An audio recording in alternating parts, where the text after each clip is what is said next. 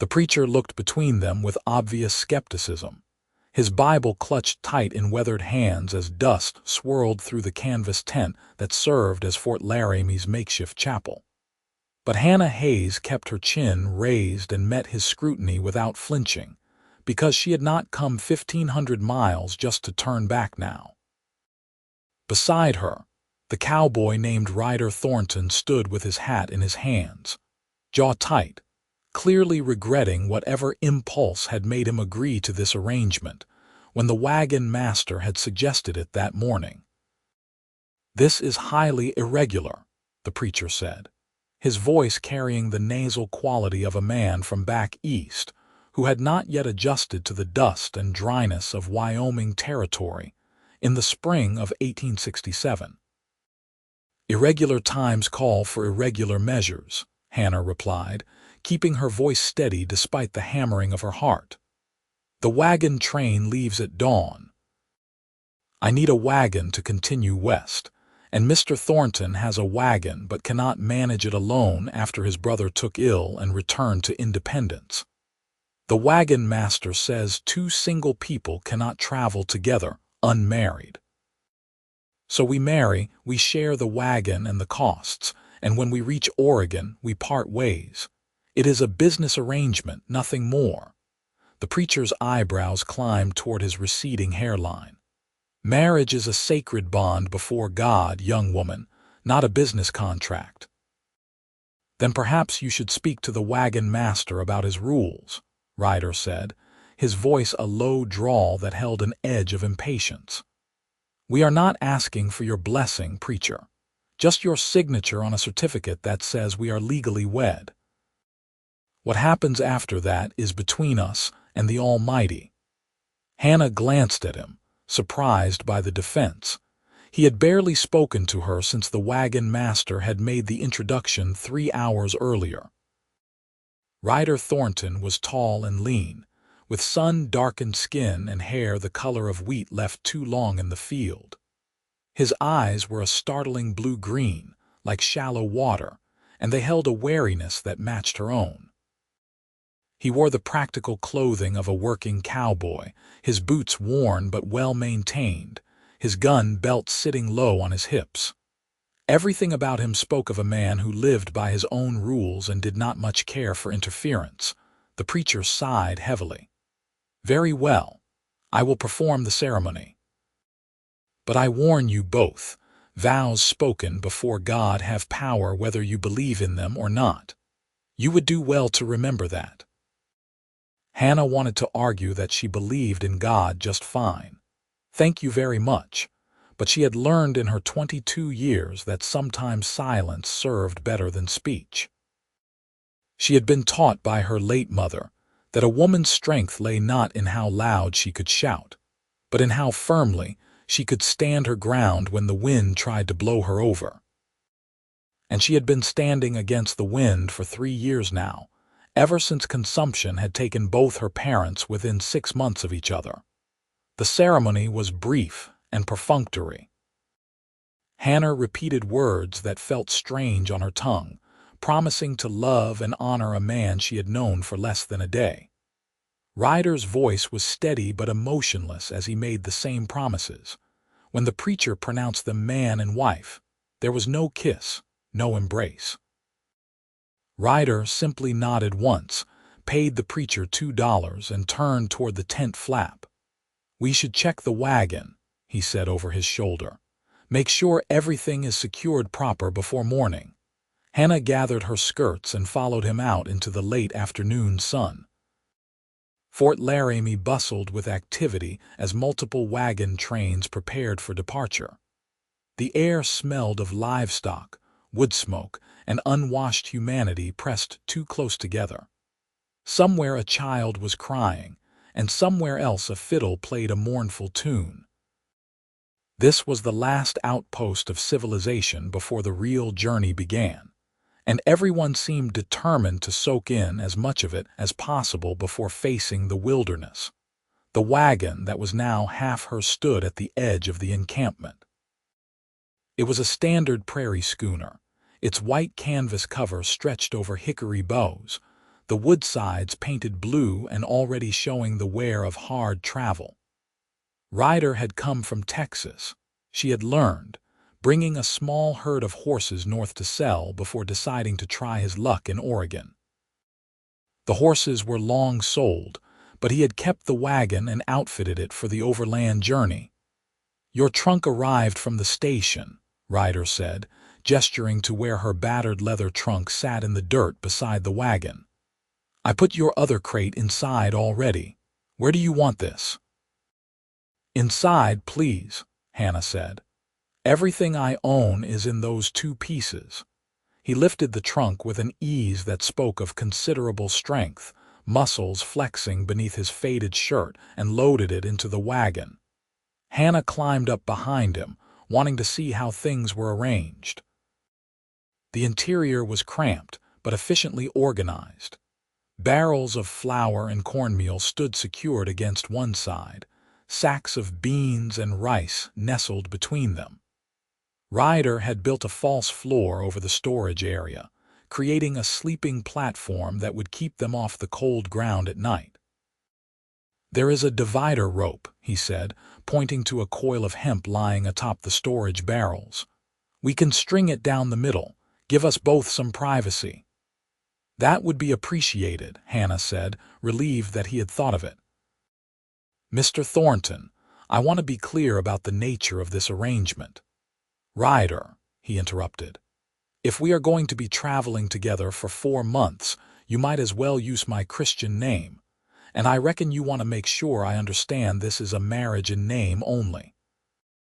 "Yes," she said, meeting his eyes directly. "I have no intention of being a wife to you in anything but the legal sense. Once we reach Oregon, we can dissolve this union and go our separate ways." Something flickered across his face, too quick for her to read. "Suits me fine," he said. "I was not looking for a wife when I signed on to this train. I agreed to the arrangement because I need someone to help manage the wagon, and the wagon master made it clear I could not continue otherwise. But I am not a man built for marriage, Miss Hayes, or Mrs. Thornton, I suppose I should say now, so you do not need to worry about me forgetting the terms of our agreement." The way he said it, so flat and final, should have been reassuring. Instead, it left Hannah feeling oddly hollow. She pushed the feeling aside, telling herself she was just tired and overwhelmed by the rapid changes in her circumstances. 24 hours ago, she had been preparing to turn back, to give up on her dream of reaching her uncle's farm in the Willamette Valley and return to St. Louis in defeat. Then the wagon master had approached her with this unusual proposal, and suddenly a path forward had opened. "We should establish some ground rules," she said, keeping her voice businesslike. "I can cook, wash, and mend. I can also handle the team if needed, though I have more experience with single horses than oxen. I expect to contribute equally to the work of managing the wagon." "Fine by me," Ryder said. "I can hunt and scout. I know how to doctor animals and people both, having spent time working ranches. I can repair most anything that breaks on the trail, and I am a fair hand with a gun if it comes to that, though I hope it will not." "As do I," Hannah said fervently. She had heard the stories about Indian raids and outlaw attacks, though the wagon master had assured everyone that such incidents were less common than legend suggested. Still, they would be traveling through vast stretches of empty country where help would be far away if trouble found them. They spent the remaining hours of daylight organizing the wagon and learning where everything was stored. Ryder proved to be a patient teacher, showing her how the brake worked, how to properly yoke the oxen, where the spare axle was secured beneath the wagon bed. Hannah tried to absorb it all, knowing her survival might depend on this knowledge. As twilight fell, Ryder built a small fire and Hannah cooked their first meal together, a simple supper of salt pork and beans. They ate in silence, the awkwardness of their situation settling over them like a heavy blanket. Around them, other families and groups gathered at their own fires, their conversations and laughter emphasizing the strange quiet between the two newlyweds. "Where are you from originally?" Ryder asked suddenly, breaking the silence. Hannah looked up from her plate, surprised by the question. "Philadelphia," she said. "My father was a printer. We moved to St. Louis when I was 16, hoping the change of climate would help my mother's health. It did not." "I am sorry," Ryder said, and he sounded like he meant it. "It was several years ago now," Hannah said. "My father followed her 6 months later. Broken heart, the doctor said, though officially it was pneumonia. After that, I worked in a dress shop to support myself. But when my uncle wrote saying he had land in Oregon and could use help, it seemed like a chance for something better. A fresh start." Ryder nodded slowly. "I understand that impulse. Texas has too many memories for me. My parents are both gone too, and my brother decided he would rather go back to ranching than face the trail. So here I am." "Here we both are," Hannah said softly. They rigged the divider rope that night, creating 2 separate spaces in the cramped wagon interior. Hannah lay in her bedroll on one side, listening to Ryder's breathing on the other, and wondered what madness had possessed her to agree to this arrangement. She was now legally married to a complete stranger, bound to him for at least 4 months, possibly longer if they encountered delays. And she knew almost nothing about him beyond the fact that he could lift a heavy trunk and had kind eyes beneath his wariness. Sleep was a long time coming. The wagon train departed Fort Laramie at dawn, 63 wagons strong, carrying over 200 souls west toward new lives and new dreams. Hannah sat on the wagon seat beside Ryder as he guided their 4 oxen into line, the crack of whips and shouts of teamsters filling the cool morning air. She wore her oldest dress, knowing it would be covered in dust before the day was through, and had tied a bonnet firmly beneath her chin to protect her face from the relentless sun. The first days on the trail established a rhythm that was both exhausting and oddly comforting. They woke before dawn to the bugle call that signaled the start of each day. While Ryder tended to the oxen and checked the wagon, Hannah prepared a quick breakfast of coffee and cornmeal mush. Then they would join the train as it lumbered into motion, 15 miles being considered a good day's progress. Walking alongside the wagon was easier on the animals than riding, so Hannah spent most of each day on foot, her shoes quickly becoming worn and dusty. Ryder proved to be a man of few words but steady competence. He knew how to read the land, spotting good camping spots with access to water and grazing for the animals. He could repair a broken wheel spoke or replace a worn yoke strap with quick efficiency. And he was unfailingly polite, always checking if she needed anything, offering to carry the heavy water buckets, sharing the last of his coffee when their morning ration ran short. But he kept a careful distance, never touching her except when necessity demanded, like helping her down from the wagon over particularly rough ground. He did not share stories of his past or ask invasive questions about hers. They existed in a strange limbo, married but not married, partners but not truly together. The other travelers regarded them with open curiosity. Most of the wagons carried families, multiple generations traveling together toward a common goal. The few single men traveled in groups, sharing wagons and resources. A couple who had married specifically to share a wagon was unusual enough to generate gossip. "Are you the bride who married on the trail?" a woman asked one evening as Hannah washed clothes at the river where they had made camp. The woman was perhaps 40 with weathered features and kind eyes. "I am Martha Brennan. My husband and I are 3 wagons back from yours." "I am Hannah Thornton," Hannah said, the name still feeling foreign on her tongue. "And yes, we married at Fort Laramie." That must have been quite a whirlwind, Martha said, settling down beside her with her own basket of washing. How long had you known each other?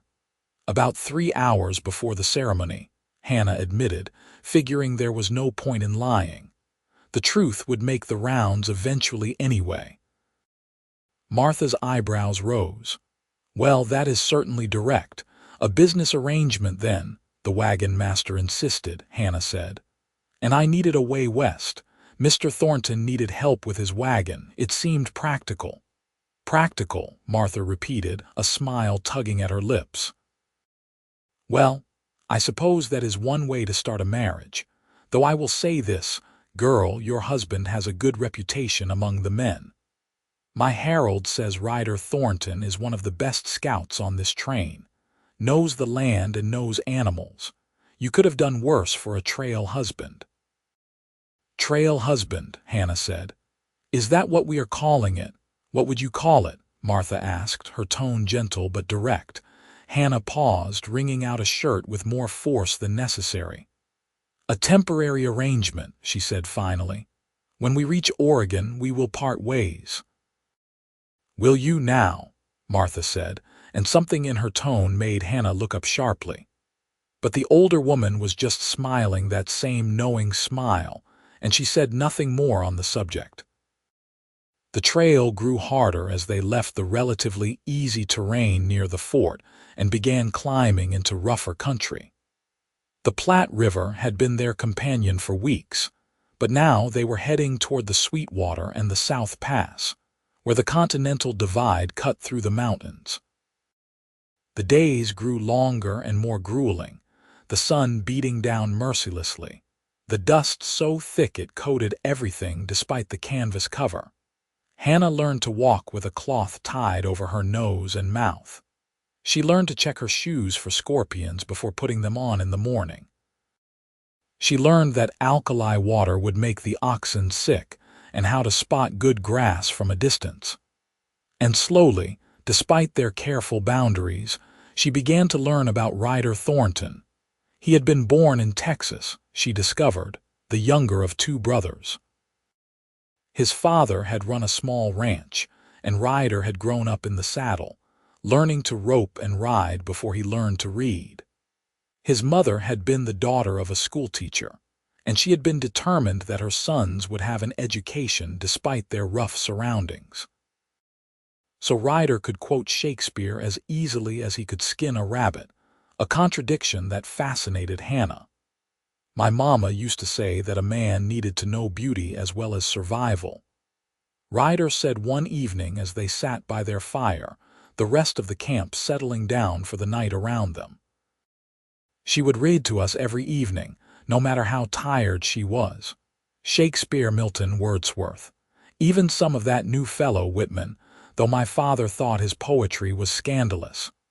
My mother loved poetry too, Hannah said softly. She used to recite Keats when she worked. A thing of beauty is a joy forever, she would say, though I think she said it mostly to convince herself that the world held more beauty than it actually did. Maybe she was right, though, Ryder said, his eyes reflecting the firelight. Maybe beauty is not something you find. Maybe it is something you create, or something you choose to see even when everything else is hard. Hannah looked at him for a long moment, seeing past the dusty cowboy exterior to something deeper underneath. That is almost poetic itself, she said. He ducked his head, looking embarrassed. I am just repeating my mama's wisdom. She was the smart one in our family. She raised a good son, Hannah said, from what I can see. Ryder met her eyes then, and something passed between them, a moment of connection that felt both dangerous and necessary. Then he stood abruptly, mumbling something about checking on the oxen, and walked away into the darkness beyond the firelight. Hannah sat alone, her hands wrapped around a tin cup of coffee, and tried to ignore the flutter in her chest. This was not part of the arrangement.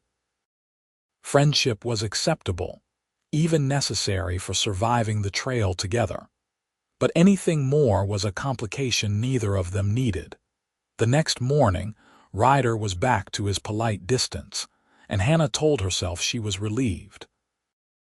They reached Independence Rock in late June, the massive granite outcropping rising from the plains like a beached whale. The wagon train stopped for half a day to allow people to climb the rock and carve their names into its surface, a tradition that had turned the formation into a massive register of westward migration. Hannah climbed with several of the other women, grateful for the chance to stretch her legs and move in ways that did not involve walking beside a plodding wagon. From the top of the rock, the view was staggering.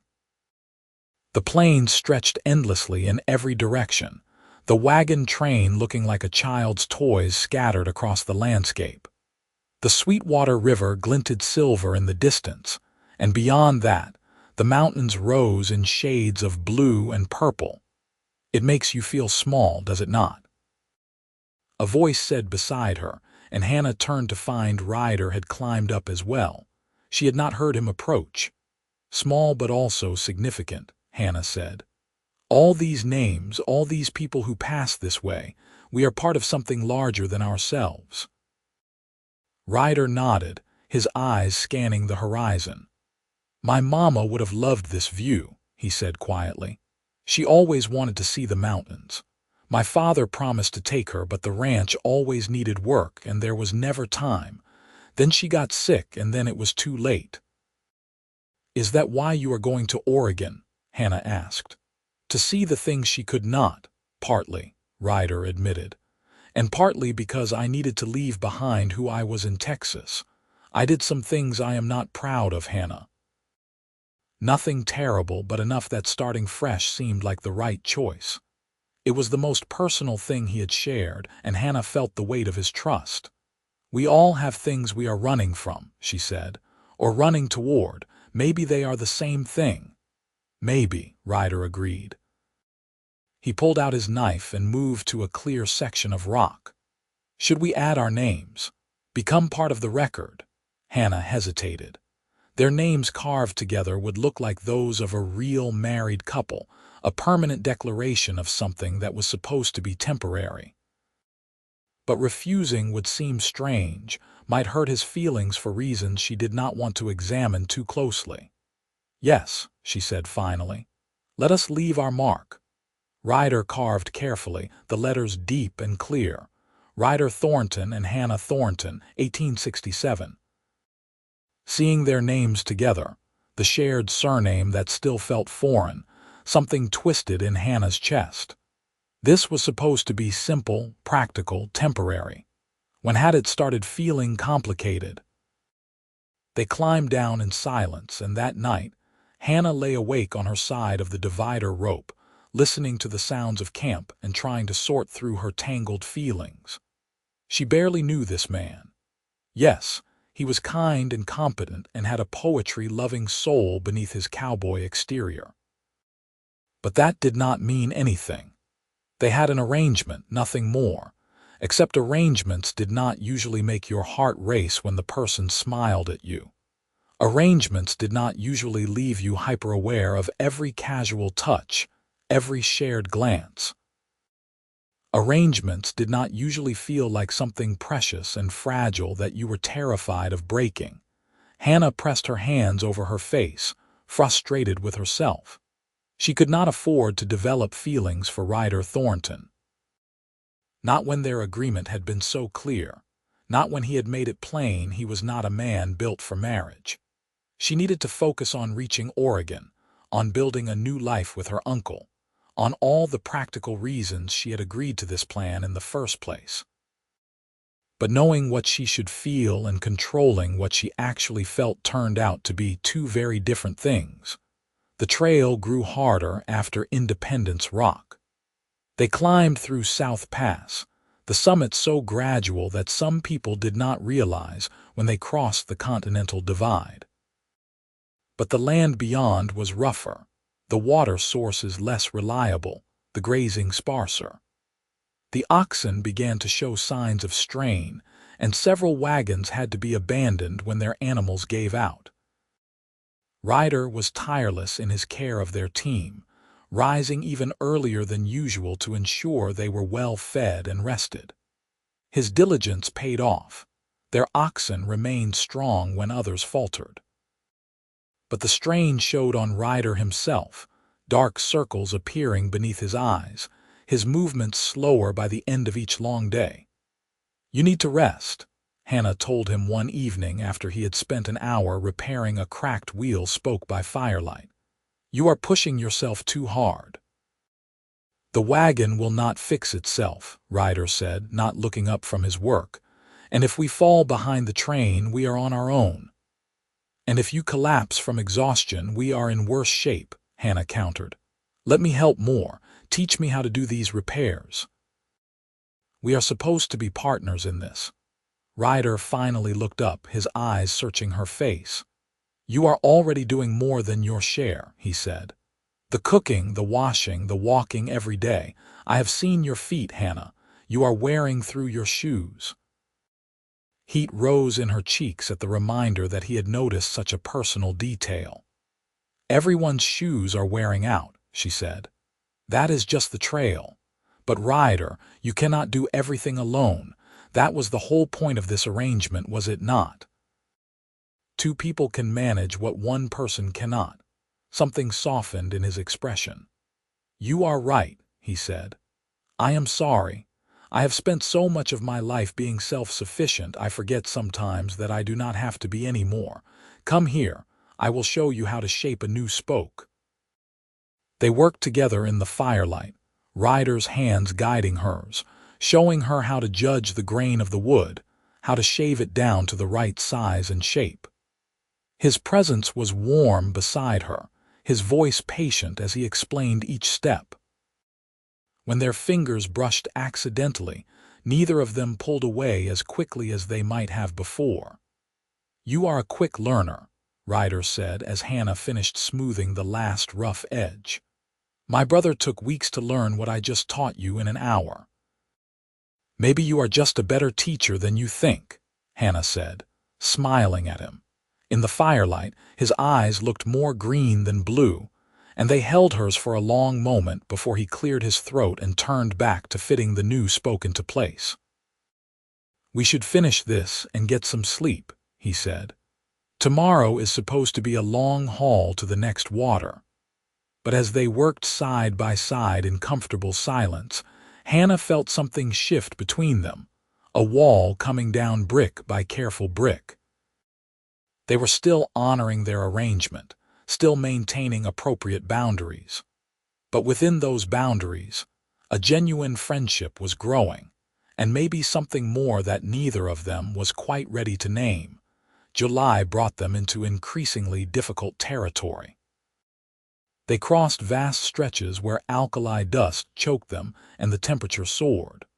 Water was precious, rationed carefully, and tempers grew short across the entire wagon train. Two families got into a fistfight over grazing space and had to be separated by the wagon master.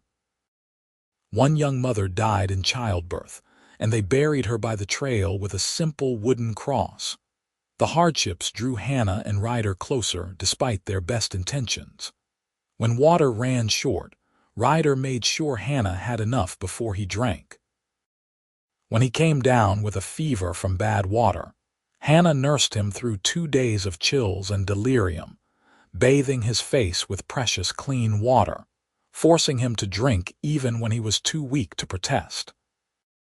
She sat beside him in the sweltering wagon, the divider rope temporarily taken down out of necessity, and learned the landscape of his face, the exact color of his hair when sunlight touched it, the small scar on his left temple that he must have gotten as a child. "Mama." He mumbled in his delirium, his eyes unfocused. "Mama, I tried to get here in time."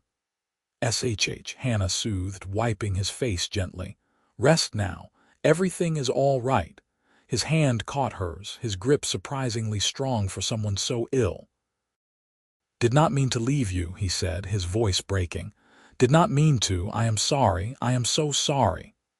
Hannah felt tears prick her eyes, understanding that she was hearing old grief, old guilt that Ryder carried with him. "It is all right," she said softly. "You are forgiven. Rest now." He quieted after that, his breathing evening out into real sleep rather than fevered unconsciousness. Hannah sat with him through the night, their hands still clasped, and admitted to herself what she had been trying to deny for weeks. She was falling in love with her temporary husband. When Ryder woke the next morning, the fever had broken. He was weak but lucid, and embarrassed when Hannah told him how ill he had been. "You should have left me with the doctor," he said, his voice rough. "Not risked getting sick yourself." The doctor had his hands full with dysentery cases, Hannah said, helping him sit up so he could drink some broth she had made. "And we are partners, remember? I take care of you, you take care of me. That was the arrangement." "The arrangement," Ryder repeated quietly, something unreadable in his expression. "Right." He recovered quickly, his natural strength reasserting itself, but something had changed between them. The careful distance they had maintained felt forced now, almost artificial. They found excuses to stand closer together, to let touches linger a moment longer than necessary. When they rigged the divider rope each night, it felt more like a formality than a real barrier. Other people noticed. Martha Brennan started making sly comments about what a handsome couple they made. The wagon master, a grizzled veteran named Captain Pierce, observed them one evening as they worked together to repair a harness strap, and remarked that they seemed to have found a good rhythm together.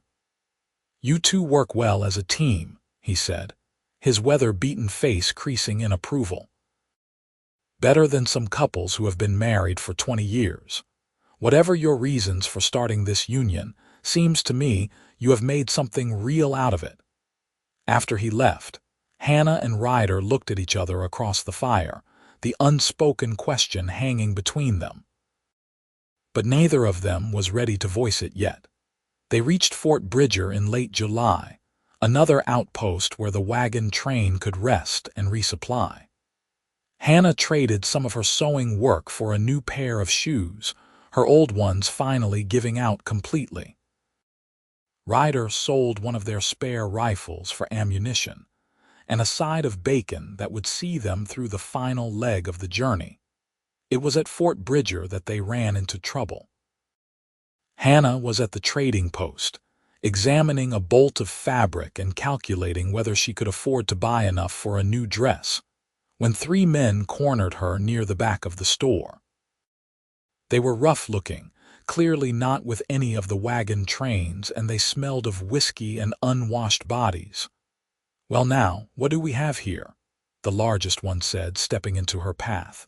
"You are a pretty little thing. What are you doing out here all alone?"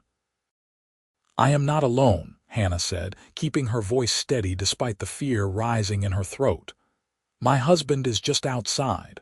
"Husband, is it?" another man said, grinning to show missing teeth. "Well, he is not here right now, is he? Maybe you and us could get to know each other better while he is busy elsewhere." Hannah tried to step around them, but they moved to block her path. Her heart hammered against her ribs. The trading post keeper was at the front of the store, too far away to help quickly. She opened her mouth to scream, but one of the men grabbed her arm. "Now, do not make a fuss," he said, his breath hot and foul against her face. "We just want to be friendly. Let her go." The voice was quiet but carried an edge like steel drawn from a sheath. All 4 of them turned to see Ryder standing in the doorway at the back of the store, his hand resting casually on the butt of his revolver. But there was nothing casual about his expression. His eyes had gone flat and cold, and suddenly Hannah could see the man he had been in Texas, the one who had done things he was not proud of. "We did not mean nothing," the largest man said, but he released Hannah's arm. "Just talking to the lady." "The lady is my wife," Ryder said, his voice still dangerously quiet. "And she does not want to talk to you, so I suggest you apologize and move along." "Or what?" one of the other men sneered, emboldened by whiskey or stupidity.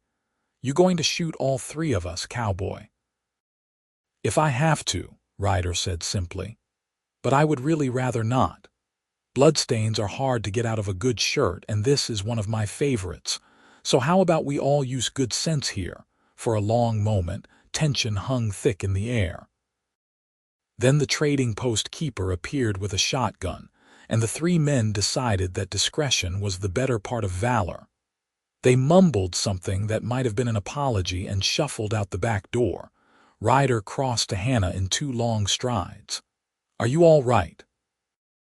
he asked, his hands coming up to frame her face, his eyes searching hers with an intensity that stole her breath. "Did they hurt you?" "No," Hannah managed. "You got here in time. I am fine, just shaken." "I am sorry," Ryder said, his thumb brushing across her cheek in a gesture that felt achingly tender. "I should not have let you come alone. I should have been with you." "You cannot be beside me every moment," Hannah said. "And I am a grown woman, Ryder. I can take care of myself." "I know that," he said. "But it does not mean I am going to stop wanting to protect you. It does not mean my heart did not near about stop when I came looking for you and saw those men crowding you." They stared at each other, the words hanging between them, laden with meaning neither of them had intended to speak aloud yet.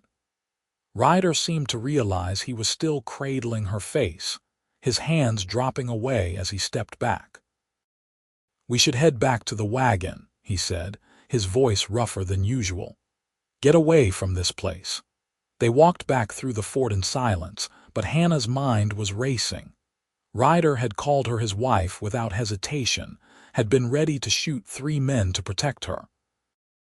And the way he had touched her face, the raw emotion in his voice, that went beyond the bounds of their practical arrangement. That night, as they made camp with the wagon train, Hannah could not stand the tension anymore. She waited until they had eaten and cleaned up, until the camp around them had settled into evening quiet. Then she took a deep breath and broke the silence that had stretched between them all afternoon. "Ryder, we need to talk about what happened today." He looked up from where he was checking the wagon's wheel hubs, his expression guarded. "Those men will not bother you again." "That is not what I mean," Hannah said. "I mean what you said, how you reacted. Ryder, this was supposed to be temporary, a business arrangement. But that is not what this feels like anymore, at least not to me." Ryder straightened slowly, his eyes fixed on her face. "No," he said quietly, "it does not feel like just an arrangement to me either, not for a while now." Hannah's heart kicked into a faster rhythm. "Then what does it feel like to you?" He was quiet for a long moment, and she could see him wrestling with something, some internal battle between what he felt and what he thought he should say. Finally, he moved closer, stopping just within arm's reach. "It feels like I made vows in that tent at Fort Laramie without meaning them," he said, his voice low and rough. "And somewhere along this trail, without realizing it was happening, I started to mean every word. You are clever and brave and strong, Hannah. You never complain even when I know your feet are blistering and your back aches from walking. You nursed me through fever when you could have left me to the doctor. You laugh at my terrible attempts at jokes and listen when I talk about my mother. And when I saw those men touching you today, I would have burned down that whole fort to keep you safe." Tears pricked Hannah's eyes. "I fell in love with you," she said, the words tumbling out before she could stop them. "I did not mean to. I tried not to. But somewhere between Fort Laramie and here, I fell in love with my temporary husband, and I do not know what to do about it." Ryder closed the distance between them in one step, his hands coming up to cup her face again, this time with clear intention. "You could let me kiss you," he said softly. "You could let me tell you that I love you too, that I have been half crazy with it for weeks now and just too scared to say anything. You could let this arrangement become something real." "Yes," Hannah breathed. "Yes to all of that." He kissed her then, and it was nothing like Hannah had imagined a first kiss would be. It was not gentle or tentative. It was fierce and hungry and full of all the feelings they had been holding back for so long. His arms came around her, pulling her close, and she melted into him, her hands fisting in his shirt as she kissed him back with equal intensity. When they finally broke apart, both breathing hard, Ryder rested his forehead against hers. "I love you, Hannah Thornton," he said. "I do not know how this happened so fast, but I love you and I want this marriage to be real, not just until Oregon, forever." "Forever," Hannah agreed, tears streaming down her face now, but they were happy tears. "I want that too. I love you, Ryder. I think maybe I started loving you when you stood up to that preacher for me, even though you did not know me at all." They kissed again, slower this time, savoring it. Around them, the camp was settling for the night, but Hannah felt like the world had just opened up into something bright and new and full of possibility. That night, they took down the divider rope and did not put it back up. Ryder held Hannah close as they lay in their shared bedroll, her head resting on his chest, his heartbeat steady beneath her ear. They talked until late into the night, sharing stories and dreams and all the little pieces of themselves they had been holding back. "Tell me about your uncle," Ryder said, his fingers tracing lazy patterns on her arm. "The one with the farm in Oregon." "His name is Joseph Hayes," Hannah said. "He is my father's older brother. I have only met him once when I was very young, but he wrote to me after my parents died. Said he had land and a house, that I would always have a place with him if I needed it. I do not know if he meant it as a permanent home or just temporary help, but it was the only option I had that did not involve staying in St. Louis and ending up in the poorhouse eventually." "And now?" Ryder asked. "Do you still want to go to him?" Hannah was quiet for a moment, thinking. "Yes," she said finally. "I want to meet him to thank him for giving me hope when I had none, but I do not think I need to stay with him anymore, not if you want me with you." "I want you with me," Ryder said fiercely. "Wherever we end up, whatever we do, I want you beside me. We can visit your uncle, make sure you have family nearby if you want it, but we will build our own life, Hannah, our own home, together." "Together," Hannah agreed, tilting her face up to kiss him again. "That sounds perfect." The final weeks of the journey were both easier and harder now that everything was out in the open. Easier because they no longer had to maintain the pretense of distance, could touch and talk freely without worrying about crossing boundaries. Harder because the trail itself grew more treacherous as they pushed into the mountains of what would someday be Idaho, the terrain rough and steep, the climate swinging between brutal heat and sudden cold snaps.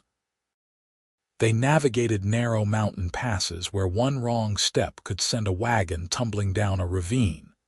They forded rivers swollen with snowmelt, the icy water rising dangerously high on the wagon sides. They endured days of rain that turned the trail to thick mud, making every mile a battle.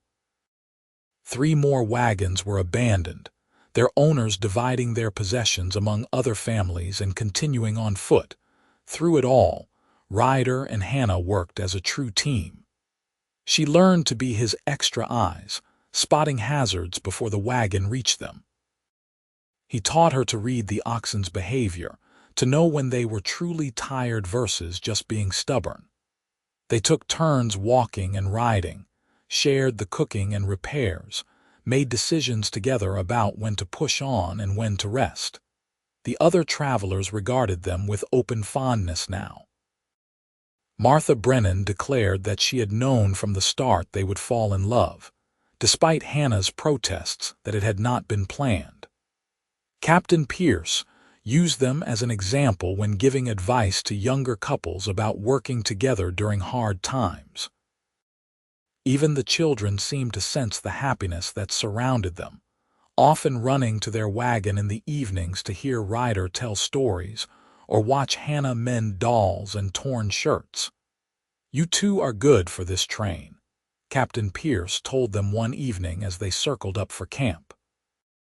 "People need to see that good things can happen even in hard circumstances. Gives them hope."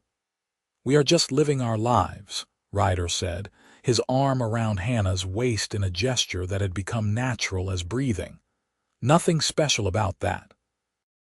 "That is where you are wrong, son," the captain said. "Everything about choosing to build something good in the middle of hardship is special.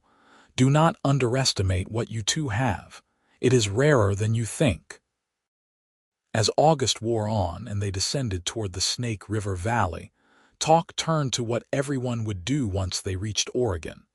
Some families were heading to the Willamette Valley to take up farming claims. Others planned to try their hand at mining or logging. A few were hoping to establish shops in the new towns springing up. "What do you want?" Hannah asked Ryder one evening as they sat watching the sunset paint the sky in shades of orange and pink. "I know you left Texas to escape memories, but what are you hoping to find in Oregon?" Ryder was quiet for a long time, his eyes on the distant mountains. "I want land," he said finally. "Not a lot, just enough for a small ranch. A dozen head of cattle to start, maybe some horses. I want to build a house with my own hands, something solid that will last. I want to wake up every morning next to you and know that we built this life together, that it is ours and nobody can take it away." Hannah leaned into him, her heart full. "That sounds wonderful, though I should warn you, I know nothing about ranching." "You knew nothing about trail life either," Ryder pointed out. "And you learned that fast enough. Besides, I am not looking for a ranch hand. I am looking for a partner, someone to share the work and the rewards, someone to grow old with. Someone to love," Hannah added softly. "Someone to love," Ryder agreed, turning to kiss her. "Always." They reached the Snake River in late August, and it was there that tragedy struck. One of the families attempting to ford the river lost control of their wagon. The current caught it, tipping it sideways, and the father and oldest son were swept away trying to save their possessions. Both drowned before anyone could reach them. The mood of the entire train grew somber as they buried the two men on the riverbank.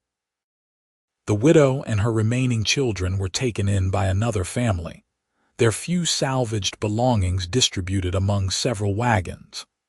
It was a stark reminder that despite all their efforts, despite all the miles they had covered, the trail could still exact a terrible price. "Life is so fragile out here," Hannah said that night, pressed close to Ryder in their bedroll, needing the reassurance of his solid presence. "We could lose everything in a moment." "That is true anywhere," Ryder said, his arms tightening around her. "Trail, town, anywhere. But we do not stop living because of what might happen. We hold on to what we have and we keep moving forward, and we love hard while we have the chance." Hannah turned in his arms to face him, studying his face in the dim light filtering through the canvas. "Promise me something," she said. "Promise me that no matter what happens, we will always be honest with each other. No secrets, no half-truths. If this is real, if we are going to build a life together, it has to be on truth." "I promise," Ryder said solemnly. "No secrets between us. Whatever comes, we face it together honestly." "Then I need to tell you something," Hannah said. "Something I have been afraid to say because I was not sure if it was too soon, if you would think me foolish." "You could never be foolish," Ryder said. "Tell me." Hannah took a deep breath. "I want children with you. I want to build that ranch and fill it with life and laughter. I want sons with your eyes and daughters with your stubborn streak. I want a future with you that is bigger than just the two of us surviving.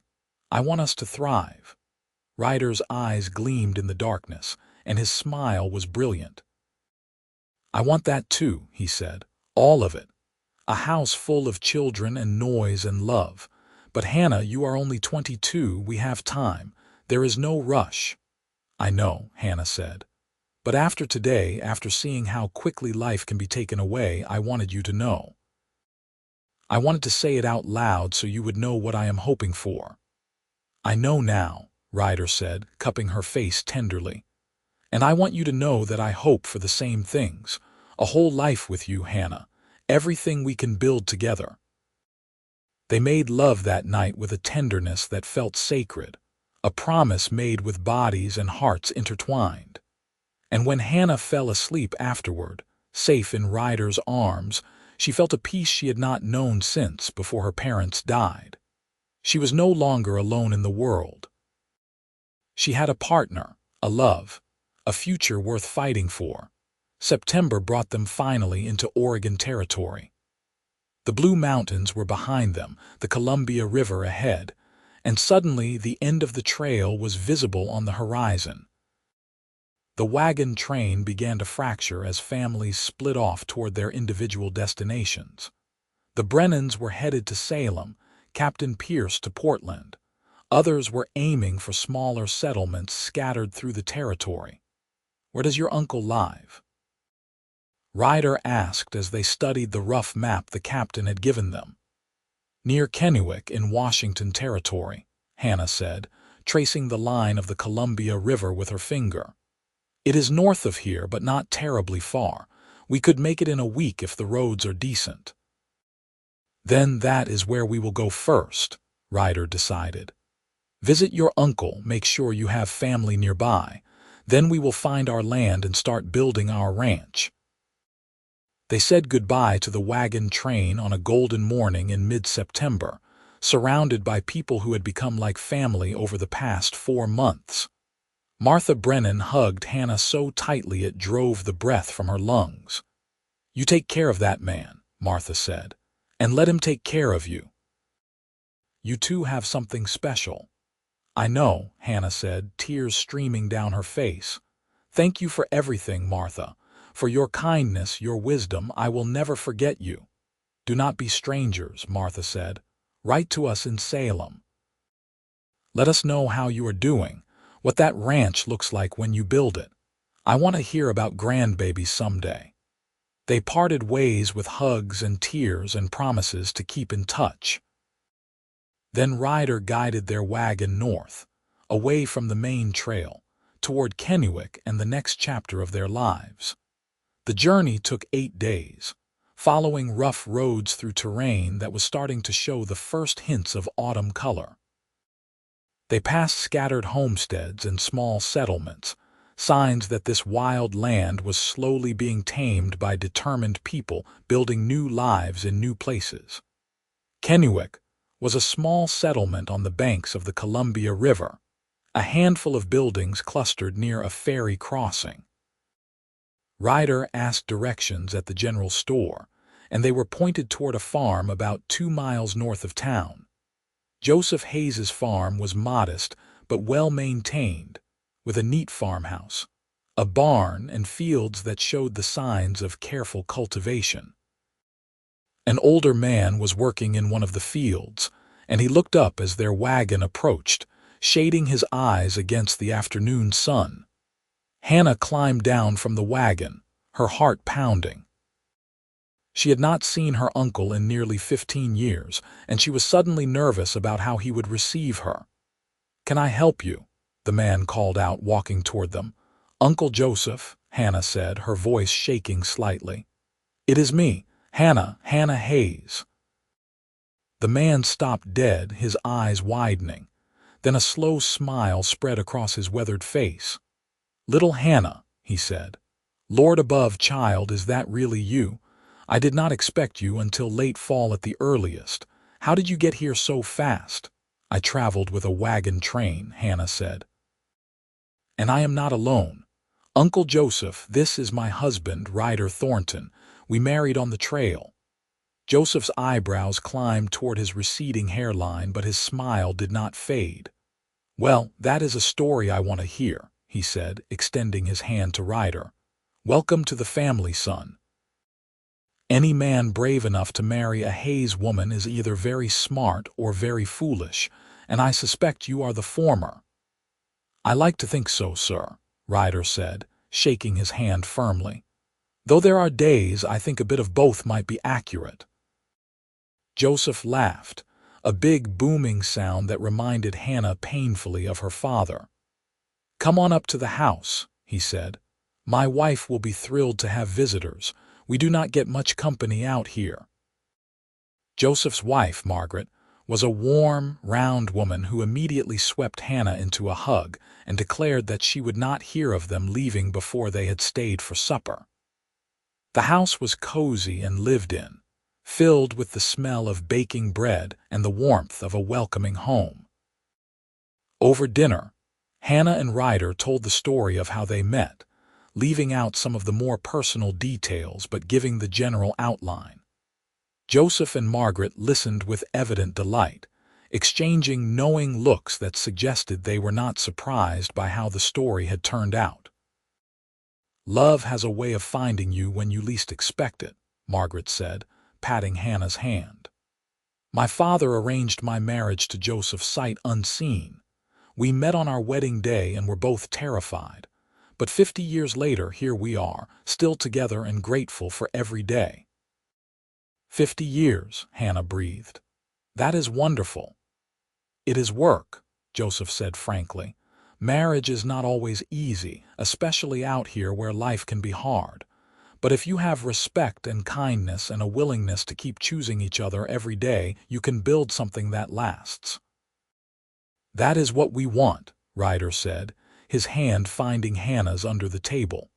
"Something that lasts." After dinner, Joseph showed them around the property, explaining his farming operations and asking about their plans.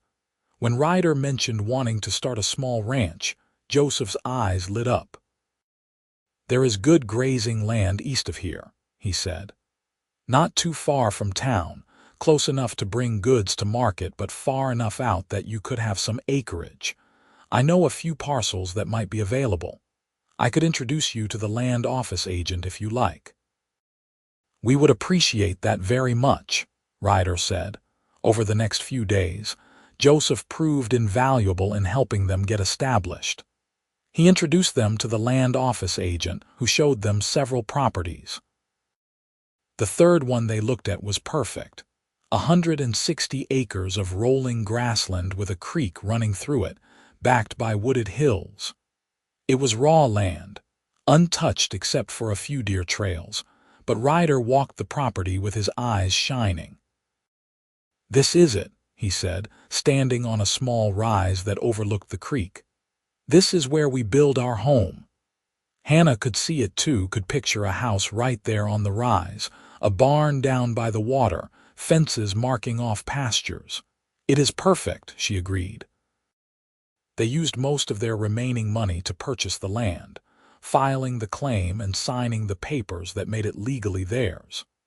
Then, with Joseph's help and advice, they began the enormous task of building a life from scratch. Ryder cut logs from their wooded hills and began constructing a small cabin, working from dawn to dusk with fierce determination. Hannah helped where she could, though she spent much of her time establishing a garden plot and preserving the last of the summer's wild berries and fruits. Joseph lent them tools and supplies, and Margaret taught Hannah how to make soap and candles, essential skills for frontier life. It was exhausting work, but deeply satisfying. Every log that went into place, every nail driven, every seed planted was a piece of their future taking shape. They fell into bed, each night bone tired but content, usually too exhausted for more than a brief kiss before sleep claimed them. By late October, the cabin was finished, a simple but sturdy structure with one main room that served as kitchen and living space, and a small bedroom in the back. It was not fancy, but it was warm and weathertight, with a stone fireplace and real glass windows that Ryder had traded for at the general store. "It is beautiful," Hannah said when Ryder carried her over the threshold on the day they moved in. "Our home." "Our home," Ryder agreed, setting her down gently and looking around with pride. "First of many things we will build together." That winter was hard but happy.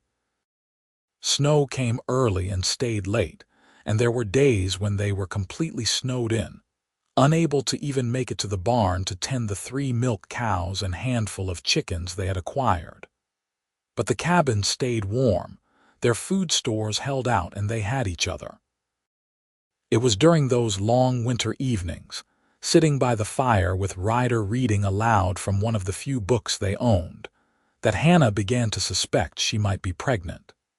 She waited until she was sure before saying anything, wanting to be certain before she got Ryder's hopes up. In late February, on a day when the sun finally broke through weeks of gray skies, she told him. "Ryder, I have news," she said, watching him carefully as he came in from feeding the animals. "I am with child. The baby should come sometime in late summer." For a moment, Ryder just stared at her, his expression unreadable. Then joy broke across his face like sunrise, and he let out a whoop that probably scared the chickens. He crossed the room in 3 strides, sweeping Hannah into his arms and spinning her around. "A baby," he said, his voice choked with emotion. "Hannah, we are going to have a baby." "We are," Hannah confirmed, laughing through happy tears. "Are you pleased?" "Pleased." Ryder set her down gently as if she was suddenly made of spun glass. "Hannah, I am over the moon, thrilled, terrified, completely overwhelmed. Is this too soon? Are you scared? Do you need to see a doctor?" "One question at a time," Hannah said, cupping his face in her hands. "It is not too soon, it is perfect timing. Yes, I am a little scared, but mostly excited. And yes, we should probably find a midwife or doctor, but I am healthy and strong. Women have been having babies since the beginning of time. We will figure it out together." "Together," Ryder said, the word like a prayer. Then he dropped to his knees in front of her, pressing his ear to her still flat stomach.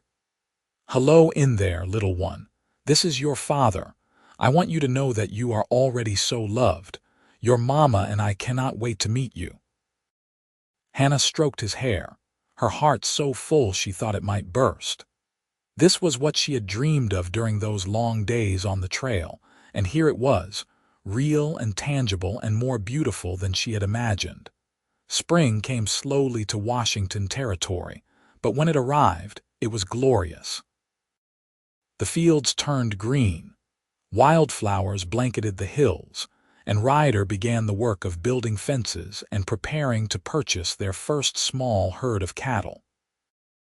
Hannah's belly grew round, and Margaret came to visit regularly, bringing baby clothes she had saved from when her own children were small and offering advice about childbirth and infant care.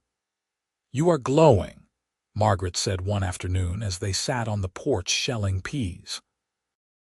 "I have never seen a happier mother to be." "I am happy," Hannah confirmed. "Sometimes I have to pinch myself to believe this is real. A year ago, I was alone in St. Louis, working in a dress shop and wondering if I would ever have a real home again. Now I have a husband who loves me, a farm, a baby on the way. It feels like a miracle." "Love is always a miracle," Margaret said wisely, "especially the kind that grows in unexpected places. You and Ryder are good for each other. Anyone can see that." In June, Ryder used their modest savings to purchase 10 head of cattle from a rancher who was moving back east. It was not a large herd, but it was a start, the foundation of the ranch they were building. He was gone for 3 days driving the cattle back, and Hannah worried the entire time, though she tried not to let it show. When she finally heard the lowing of cattle and looked out to see Ryder driving them through the gate he had built, relief flooded through her. She waddled out to meet him, moving awkwardly now with the baby so large inside her. "Welcome home," she called. "How was the drive?" Ryder dismounted and came to her immediately, pulling her into his arms as much as her swollen belly would allow. "Long," he said. "I missed you every mile." "But we did it, Hannah. We have our herd, the beginning of our ranch." They stood there together, looking at their land, their cattle, their home, and Hannah felt a profound sense of accomplishment. They had done this, built this from nothing but determination and love. And they were just getting started. The baby came on a sweltering August afternoon, arriving after 12 hours of labor that left Hannah exhausted but exhilarated. Margaret served as midwife, her calm competence a steadying presence through the ordeal. Ryder paced outside, forbidden from the birthing room by Margaret's strict orders, though Hannah could hear him every time he called through the door asking if she was all right. When their son finally entered the world, red-faced and squalling, Margaret cleaned him and wrapped him in a soft blanket before placing him in Hannah's arms. "A boy," she said, smiling. "A big, healthy boy. He has your eyes, Hannah, and his father's stubborn chin. Can Ryder come in now?" Hannah asked, unable to take her eyes off the tiny miracle in her arms.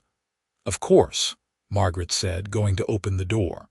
"Ryder Thornton, you can stop wearing a hole in my good floor and come meet your son."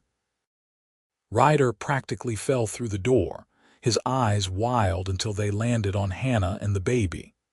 Then his entire face transformed, softening into an expression of such tender wonder that it brought tears to Hannah's eyes. "Oh my God," he breathed, sinking down on the bed beside them. "Hannah, look at him. Look at what we made." "He is perfect, is he not?" Hannah said, shifting so Ryder could see the baby's face better. "Would you like to hold him?" Ryder nodded mutely, and Hannah carefully transferred their son into his arms. Ryder held the baby like he was made of porcelain, his big work-roughened hands achingly gentle as he cradled the tiny body. "Hello, little man," Ryder said softly. "I am your papa, and I promise you I am going to do my best by you. I am going to teach you to ride and rope, to be honest and kind, to respect your mama and any brothers and sisters you might have someday. I am going to tell you about your grandparents, all 4 of them, so you know where you came from. And I am going to love you and your mama with everything I have for as long as I live." "That is a good promise," Hannah said, wiping away tears. "I think he approves." They named him Thomas, after Ryder's father, with the middle name of James after Hannah's father. Thomas James Thornton, born August 15, 1868, in Kennewick, Washington Territory. Life with a newborn was challenging in ways neither of them had anticipated. Thomas was a colicky baby who seemed to only sleep in short snatches, leaving both parents exhausted and frazzled. But every time Hannah felt like she could not endure one more sleepless night, Ryder would take the baby and walk with him, singing soft cowboy ballads until Thomas finally quieted. And every time Ryder looked ready to collapse after working the ranch all day, and then walking with a crying baby all night, Hannah would take over, sending him to bed with orders to sleep. "We are a team," she reminded him one particularly difficult night as they passed the screaming baby back and forth. "We share the load, remember. That was always the arrangement." "Best arrangement I ever made," Ryder said, managing a tired smile as Thomas finally began to settle. "Even if it is harder than I imagined." "All good things are hard," Hannah said, "but that does not make them any less good." By Thomas's first birthday, the ranch was thriving. The herd had grown to 20 head, a respectable size that allowed them to sell a few cattle at market for a profit. Ryder had built a proper barn and expanded the fences, and Hannah's garden produced bountifully, providing fresh vegetables through summer and preserved goods for winter. They were not wealthy by any means, but they were comfortable, secure in a way neither of them had been before they found each other. Thomas was walking by then, toddling around the house and yard on chubby legs, getting into everything with the fearless curiosity of a healthy child. He had Hannah's dark hair and eyes, but Ryder's smile and stubborn determination. Watching Ryder with their son was one of Hannah's greatest joys, seeing the tenderness and patience he showed, the delight he took in every milestone. "He said Papa today," Ryder told her excitedly one evening. "Clear as day. I was in the barn and he toddled Dee over and said Papa. He has been saying Mama for weeks," Hannah teased, "but I am glad he finally got around to recognizing you." Ryder pulled her close, kissing the top of her head. "I am glad for all of it," he said seriously. "Every moment, every struggle, every joy. You know that, right? How grateful I am that you agreed to marry me on that trail." "I am grateful too," Hannah said, leaning into his warmth. "Though I wonder sometimes what would have happened if we had not met. Where would I be now?" "Where would either of us be?" Ryder countered. "But we did meet, and this is where we are, building a life, raising a son, planning for the future. Speaking of which, I have been thinking." "About what?" Hannah asked. "About expanding the house," Ryder said, "adding another bedroom or two. Because if we are going to have more children, we are going to need more space." Hannah smiled against his chest. "That is good thinking," she said, "because I believe we will need that space sooner than you think." Ryder pulled back, looking down at her with dawning comprehension. "Are you saying what I think you are saying? I am with child again," Hannah confirmed. "Not very far along yet, but yes, there will be another baby next spring." Ryder whooped, much as he had with the first pregnancy, and swept her into his arms. Thomas, playing on the floor, clapped his hands in excitement even though he clearly had no idea what was happening. "Another baby," Ryder breathed. "Hannah, our family is growing." "It is," Hannah agreed. "Is that all right?" "All right. It is perfect. It is everything." He kissed her soundly, then set her down carefully. "I will start on those new rooms tomorrow. We will need them ready before winter." The second pregnancy was easier than the first, perhaps because Hannah knew what to expect, or perhaps because she was just too busy chasing Thomas to worry much about discomfort. Ryder was true to his word, adding 2 more rooms to the cabin, transforming it into a proper house. Joseph came to help with the construction, and the 2 men worked well together, becoming close friends in the process. The baby came in April of 1870, a girl this time, with Ryder's fair hair and Hannah's delicate features. They named her Rose Margaret, after Ryder's mother and the woman who had helped bring both their children into the world. Margaret Hayes cried when she heard, declaring it the greatest honor of her life. "2 children," Margaret said, holding baby Rose while Thomas napped on Hannah's bed. "Your house is filling up with love and laughter, just as it should." "I always wanted a big family," Hannah said, watching Rose sleep peacefully in Margaret's arms. "I was an only child, and it was lonely after my parents died. I want my children to always have each other." "They will," Margaret assured her, "and they have good parents. That matters most of all." Life fell into a new rhythm with 2 children. The days were full and exhausting but deeply satisfying. Hannah managed the house and garden while watching the children, teaching Thomas his letters and numbers while Rose napped. Ryder worked the ranch, expanding their herd year by year, building their reputation as honest dealers with quality cattle. They were becoming established members of the community, known and respected in Kennewick and the surrounding area. In the evenings, after the children were asleep, Hannah and Ryder would sit on the porch they had built, watching the sunset over their land and talk about their dreams for the future. "I want to buy more land," Ryder said one evening. "There is a parcel adjacent to ours that is going up for sale. If we can afford it, we could double our grazing area." "We have been saving," Hannah said thoughtfully, "and the cattle sales this year were good. I think we could manage it if we are careful." "We would be stretching ourselves thin," Ryder warned. "It would mean a few lean years, maybe no new luxuries." "We have everything we need," Hannah said, gesturing at their home, their sleeping children inside. The rest is just building for the future. For Thomas and Rose, for any other children we might have, I say we do it. They purchased the land, and suddenly their ranch was a real operation, substantial enough to support their growing family comfortably. Ryder hired a young man from town to help with the cattle, freeing him up to focus on breeding and improvement. Hannah started selling her preserved vegetables and baked goods at the general store, bringing in extra income that they saved carefully. The years passed in a blur of growth and change. Rose learned to walk and talk, keeping pace with her brother's adventures. Thomas started school in town, riding there each day on his pony with the serious determination he brought to everything. A third baby arrived in 1872, another boy they named Daniel Joseph, completing their family.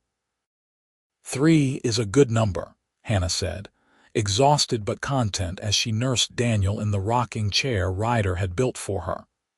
I think we have done our part to populate the territory. 3 is perfect, Ryder agreed, sitting beside her with Rose on his lap and Thomas leaning against his knee. Our cup runs over. As the children grew, they became integral parts of the ranch operation. Thomas learned to rope and ride almost before he could read, taking to ranch work with natural aptitude. Rose proved to have a gift with animals, able to gentle even the most skittish horse or cow with her patient touch. Daniel was still too young to do much, but he toddled around after his siblings, determined not to be left out of any adventure. In 1875, when Hannah was 30 and Ryder 32, they hosted a celebration for the 10-year anniversary of their marriage. Joseph and Margaret came, of course, along with friends from the Wagon train days who had settled nearby, and what felt like half the town of Kennewick. The house was bursting with people, laughter, food, and music. 10 years, Martha Brennan said, having traveled from Salem specifically for the celebration. I knew you two would make it. I knew from the first moment I saw you together on that trail. You were more confident than we were, Hannah admitted. We were so determined it was just a business arrangement. The best marriages often start unexpectedly, Martha said wisely. My own did. Love that grows slowly, built on respect and partnership, that is the love that lasts. Late in the evening, after the guests had departed and the children were asleep, Ryder and Hannah stood on their porch, looking out over their land in the moonlight. Do you ever think about that tent at Fort Laramie? Ryder asked. When we stood in front of that skeptical preacher and made vows we did not mean all the time, Hannah admitted.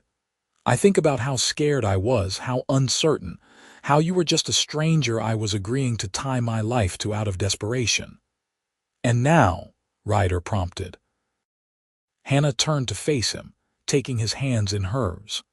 Now you are the other half of my soul, the father of my children, my partner in everything, my best friend and greatest love. I would make those vows again in a heartbeat, Ryder Thornton.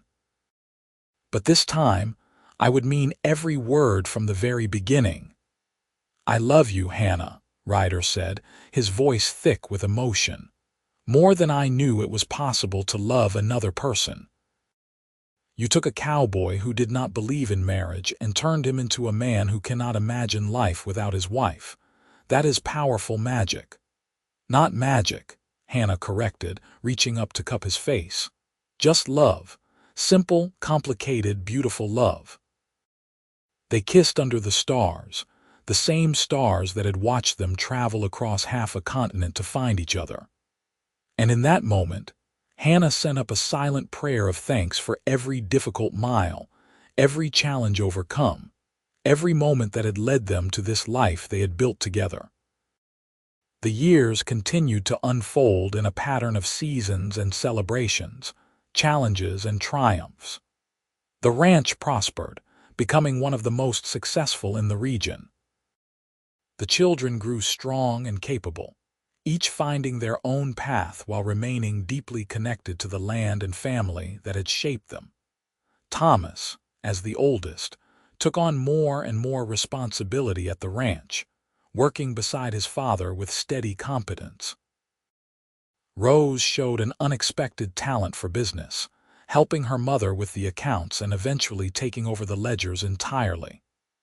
Daniel, the baby, proved to be a born horseman, able to ride anything with 4 legs and a mane. In 1880, when Thomas was 17, he fell in love with the daughter of a neighboring rancher. Ryder and Hannah gave their blessing, seeing in the young couple the same determination and partnership that had defined their own marriage. The wedding was held at the Thornton Ranch, and Hannah cried through the entire ceremony, remembering her own hasty wedding in a canvas tent. "He is starting his own life," she said to Ryder that night as they watched the young couple dance. "Our baby boy, all grown up." "He has had good examples," Ryder said, pulling her close. "He knows what a real marriage looks like. He will do fine." Rose married 2 years later, choosing a schoolteacher from town who shared her love of books and learning. And Daniel, at 18, announced that he wanted to start a horse breeding operation, focusing on the tough, capable animals needed for ranch work. Ryder and Hannah gave him a portion of land to get started, watching with pride as he built his dream from the ground up. As the 1880s progressed, Ryder and Hannah found themselves entering a new phase of life. They were grandparents now, with Thomas and his wife producing 3 children in quick succession. The house that had once been full of their own children now hosted regular visits from grandchildren, the sound of young voices and running feet echoing through the rooms again. "We are getting old," Hannah said one evening, finding a silver hair and plucking it out with a sigh. "We are getting experienced," Ryder corrected, coming up behind her and wrapping his arms around her waist. "And you are still the most beautiful woman I have ever seen." "You are biased," Hannah said, but she leaned back into his embrace, comfortable and content. "I am honest," Ryder insisted. "You are beautiful at 42, just like you were beautiful at 22. The years have just given you more character." "Wrinkles, you mean," Hannah said, but she was smiling. "Character," Ryder repeated firmly. "And I love every line because I know the life that put them there. Every laugh line, every worry line, every mark that shows you have lived and loved and raised children and built something lasting. You are a masterpiece, Hannah Thornton." Hannah turned in his arms, looking up at the man who had been her partner for 22 years now. His face was weathered from years in the sun, his hair more silver than gold now. But his eyes were the same blue-green that had captured her attention in that dusty Wagon camp, and they still looked at her with the same love and devotion. "How did we get so lucky?" she asked softly. "To find each other to build this life." "I do not know if luck had anything to do with it," Ryder said. "I think maybe we were always meant to find each other. Maybe every step we took, every choice we made, was leading us to that moment at Fort Laramie. Maybe this was always the plan." "I like that idea," Hannah said. "That we were meant to be." "We were," Ryder said with certainty. "We are, we always will be." In 1887, the town of Kennewick threw a celebration in honor of Ryder and Hannah's 25th wedding anniversary. It was a grand affair, with the mayor giving a speech about the Thorntons' contributions to the community, and a dance that lasted until dawn. All 3 of their children were there with their families, and friends came from across the territory to celebrate with them. 25 years, the mayor said in his speech. A quarter-century of partnership, of building not just a successful ranch but a family and a legacy that has enriched our entire community. Ryder and Hannah Thornton are examples of what can be achieved when 2 people commit to each other and to a shared dream. They came to Washington Territory as newlyweds looking for a fresh start, and they have built an empire of love and hard work. We are honored to have them as part of our town." The applause was thunderous, and Hannah felt tears streaming down her face as Ryder pulled her close, his own eyes suspiciously bright. That night, lying in bed in the house they had built with their own hands, Hannah reflected on the journey that had brought them here. From that desperate agreement at Fort Laramie to this moment, 25 years and 3 children and countless memories later, it had been the greatest adventure of her life. "You ever regret it?" she asked Ryder in the darkness. "Agreeing to marry me that day?" "Not for one single second," Ryder said immediately. "That was the best decision I ever made, even if I did not know it at the time. You are the best thing that ever happened to me, Hannah, the very best thing." "You are my best thing too," Hannah said. "My everything." They made love that night with the easy familiarity of long-time lovers, but also with the tenderness and passion that had never faded. When they finished, Hannah curled into Ryder's side, her head on his chest, his heartbeat steady beneath her ear. 25 more years?" she asked sleepily. "At least," Ryder promised. "Probably 50 more if I have any say in it." "I will hold you to that," Hannah murmured, and then sleep claimed her. The years rolled on, bringing new joys and new challenges. In 1890, Rose gave birth to twin girls, and Hannah found herself running back and forth between her own house and Rose's, helping with the babies and marveling at the miracle of 2 lives instead of 1. In 1892, Thomas expanded his ranching operation, and Ryder worked with his son to help him acquire the additional land he needed. In 1895, Daniel's horse breeding program was featured in a territorial agricultural journal, bringing customers from across the region. Ryder and Hannah watched it all with pride, seeing their legacy not just in the ranch they had built, but in the capable, loving adults their children had become, and the grandchildren who would carry the family forward into the new century. In 1898, as the 19th century drew to a close, Ryder and Hannah hosted a massive celebration for their 35th wedding anniversary. The ranch was bursting with 3 generations of Thorntons, plus friends and neighbors who had become like family over the decades. It was loud and chaotic and absolutely perfect. "Look what we made," Ryder said to Hannah as they stood on the porch watching the party. "Not just the ranch, but all of this. The family, the legacy. We made this, Hannah." "We did," Hannah agreed, her hand in his. "And I would not change a single thing." As the new century dawned, bringing with it incredible changes and advancements, Ryder and Hannah remained constant in their love and commitment to each other. They were in their 60s now, slowed by age but still sharp in mind and spirit. The ranch was largely run by their children and grandchildren, but they still contributed their wisdom and experience, still worked when they were able, still showed up every day to be part of the operation they had founded. In the spring of 1905, Hannah woke one morning feeling oddly nostalgic. It had been exactly 40 years since they had married at Fort Laramie, 40 years since she had stood in that canvas tent and made vows to a stranger. She turned in bed to find Ryder already awake, watching her with a soft smile. 40 years, she said. "Can you believe it has been 40 years?" "Feels like both a lifetime and no time at all," Ryder said. "Like I blinked and suddenly we are grandparents with silver hair and aching joints. But I remember every moment, Hannah. Every mile we traveled, every challenge we faced, every joy we celebrated. I remember all of it." "So do I," Hannah said. "And if I could go back, knowing everything I know now, I would still make the exact same choices. I would still agree to marry you. I would still climb into that wagon and head west. I would still choose this life with you, every single time." "That makes 2 of us," Ryder said. He got out of bed with the stiffness of age, then moved to the chest of drawers where he kept his few treasures. He pulled out a folded piece of paper, yellowed with age, and brought it back to the bed. "You know what this is?" he asked Hannah.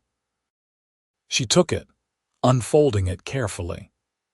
It was their marriage certificate, signed by that skeptical preacher at Fort Laramie on May 15, 1865.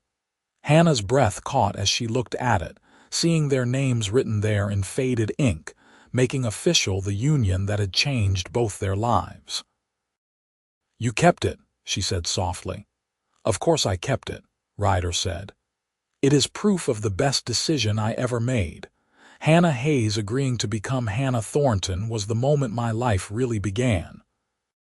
Hannah set the certificate aside carefully and moved into Ryder's arms, breathing in the familiar scent of him, feeling the steady strength that had been her anchor for 4 decades.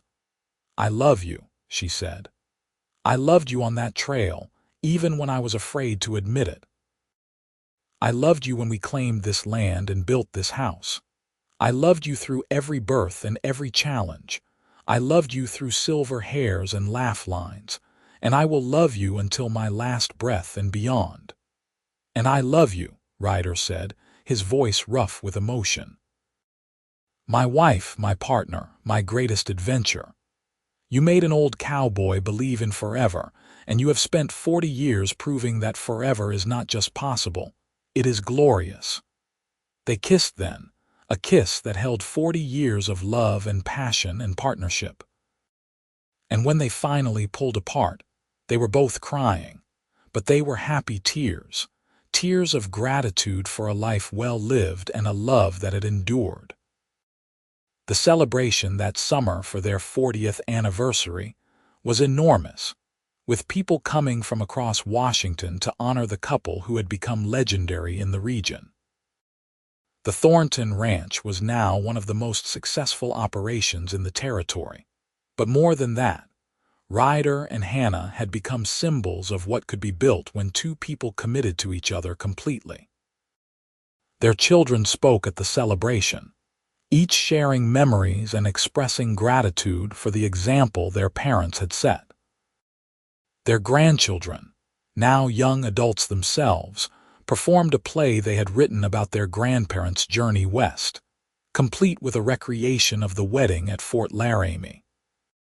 It was simultaneously hilarious and touching, and Hannah laughed until she cried watching young actors portray her and Ryder as nervous newlyweds.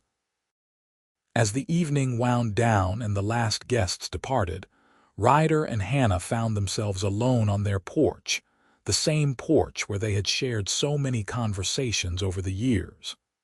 The stars were brilliant overhead, and the land stretched out before them, peaceful and prosperous. "We did good," Ryder said simply. "In every way that matters, we did good." "We did," Hannah agreed. "We loved well, we built strong, we raised good children who became good adults. We created something that will last long after we are gone." "No regrets?" Ryder asked. "Not a single one," Hannah said. "This life, this love, it has been everything I could have hoped for and more. You have been everything I could have hoped for and more." They sat in comfortable silence, holding hands, watching the stars.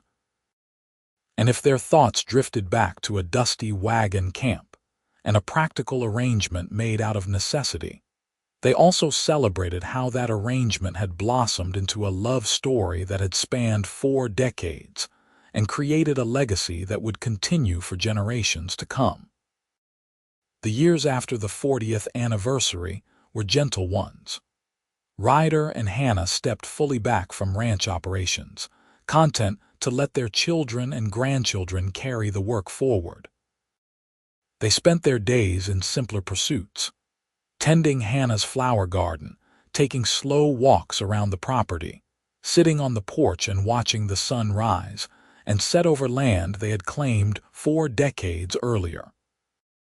They told stories to great-grandchildren who had started to appear, sharing memories of the old days, of wagon trains and hard journeys, of building something from nothing through sheer determination and love. The young ones listened with wide eyes, hardly able to imagine a time before cars and telephones, when their great-grandparents had traveled by wagon and built their first home with their own hands. In the spring of 1910, Ryder fell ill. It started as a cough that would not go away, then progressed into something more serious. The doctor from town came and went with increasing frequency, his expression growing graver each time. Hannah nursed her husband with the same devotion she had shown 43 years earlier when he had fallen ill on the trail, bathing his face, making him drink even when he did not want to, sitting beside his bed through long nights. "I am not ready," Ryder told her one evening when his breathing was particularly labored. "I am not ready to leave you, Hannah. We were supposed to have 50 years, remember? That is what I promised you." "We have had 45 beautiful years," Hannah said, her voice steady despite the tears streaming down her face. "That is more than many people get. That is enough, Ryder. If you need to go, if you need to rest, I will be all right." "Liar," Ryder said, but he was smiling weakly. "You are a terrible liar, Hannah Thornton, always have been." "All right, I will not be all right," Hannah admitted. "Losing you will break my heart, but I will survive it because that is what we do. We survive and we keep going and we honor the ones we love by living well. You taught me that." Ryder's hand found hers, his grip much weaker than it used to be. "I need you to know something," he said. "That day at Fort Laramie when I agreed to marry you, I thought I was just solving a practical problem. I did not believe in love, did not think I was capable of the kind of devotion real marriage requires. But you proved me wrong, Hannah. You showed me that love is not just a feeling, it is a choice you make every single day. And I have chosen you every day for 45 years, and I would choose you for 1,000 more if I could." "I choose you too," Hannah whispered. "Always. In this life and whatever comes after." Ryder Thornton died peacefully in his sleep 3 days later, with Hannah holding his hand, and their 3 children gathered around the bed. He was 72 years old, and he left behind a legacy of love and hard work that would echo through generations. The funeral was massive, with what seemed like half of Washington territory showing up to pay their respects. Ryder was buried on a hill overlooking the ranch he had built, under a sky so blue it hurt to look at. Hannah stood at the graveside, surrounded by her children and grandchildren and great-grandchildren, and said goodbye to the man who had been her everything for over 4 decades. In the days and weeks that followed, Hannah discovered that grief was a physical thing, a weight that settled in her chest and made every breath an effort. But she also discovered that she was stronger than she had known. She had survived loss before, had built a life from ashes once already. She could do it again, though this loss cut deeper than any that had come before. She stayed in the house they had built together, refusing offers from all 3 children to move in with them. This was her home, filled with memories of Ryder in every corner, and she was not ready to leave it.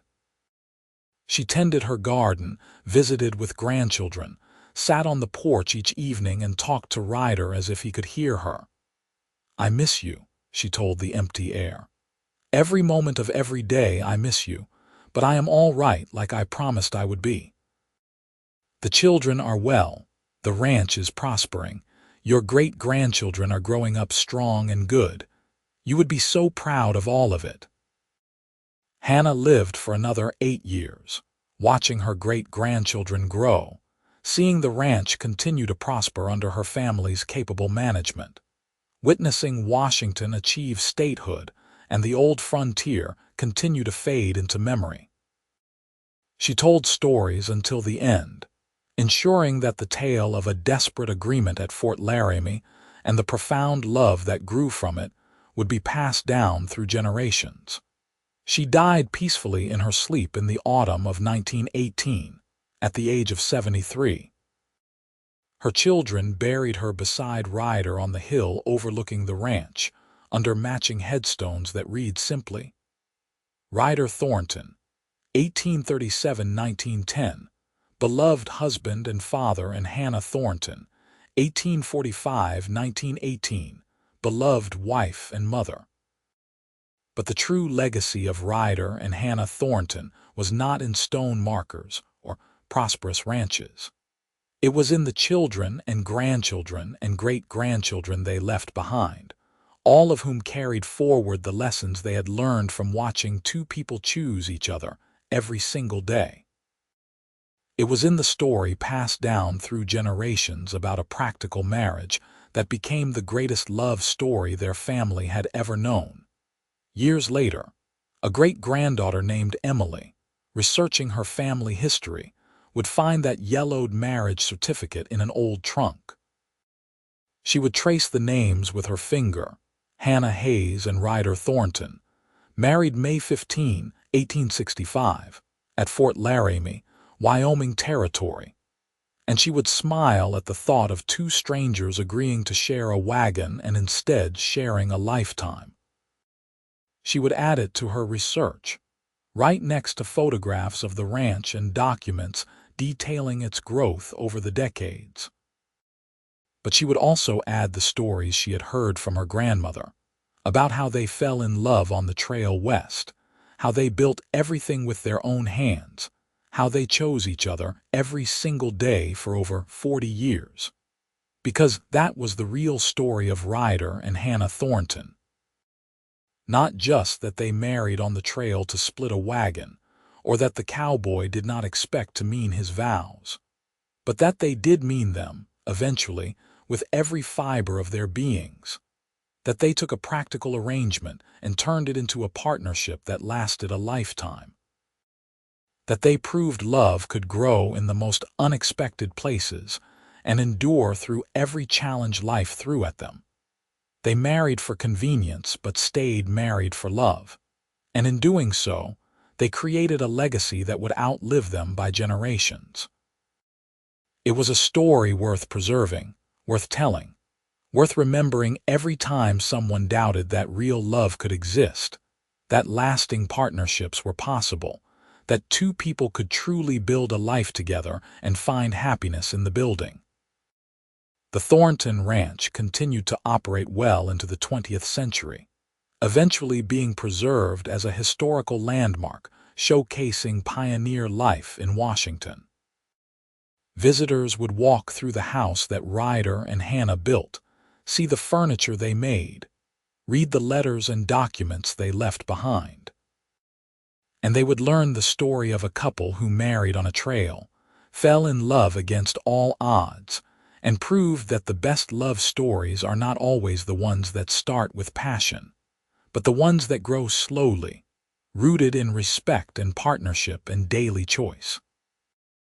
And if sometimes, in the quiet hours of early morning or late evening, visitors reported feeling a sense of peace in that old house, a feeling of being surrounded by love that had soaked into the very walls, well, that was just Ryder and Hannah, still together, still choosing each other, still proving that real love does not end with death but continues on, eternal and unshakable, a testament to what two people can build when they commit to each other completely.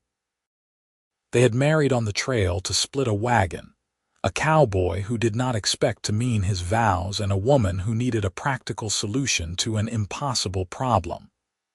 But they had ended up with something infinitely more valuable than shared transportation or mutual convenience. They had ended up with a love story for the ages, proof that sometimes the most beautiful things grow from the simplest beginnings, and that a choice made in desperation can become the foundation for a lifetime of joy. Their story lived on, told and retold, inspiring generations to believe in the possibility of finding love in unexpected places, of making something real and lasting out of humble beginnings, of choosing each other day after day until those daily choices become the fabric of a life well lived and a love well honored. And in the end, that was their greatest legacy, not land or wealth or even the children they raised, though all those things mattered. Their greatest legacy was the proof they left behind that love, real love, is built one day at a time, one choice at a time, one moment at a time, until suddenly a lifetime has passed and you realize you have created something eternal. They proved that you do not have to believe in forever at the beginning. You just have to be willing to keep choosing each other until forever arrives on its own, natural and inevitable and absolutely perfect. Hannah Hayes and Ryder Thornton, married May 15, 1865, at Fort Laramie.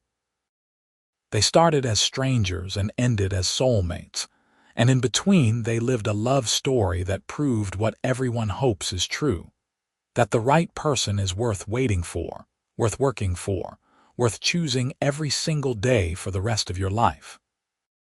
Their story was complete, their ending as happy as anyone could hope for, filled with love and legacy and the bone-deep satisfaction of a life well lived together. And if that is not a proper happily ever after, then such a thing does not exist in this world or any other.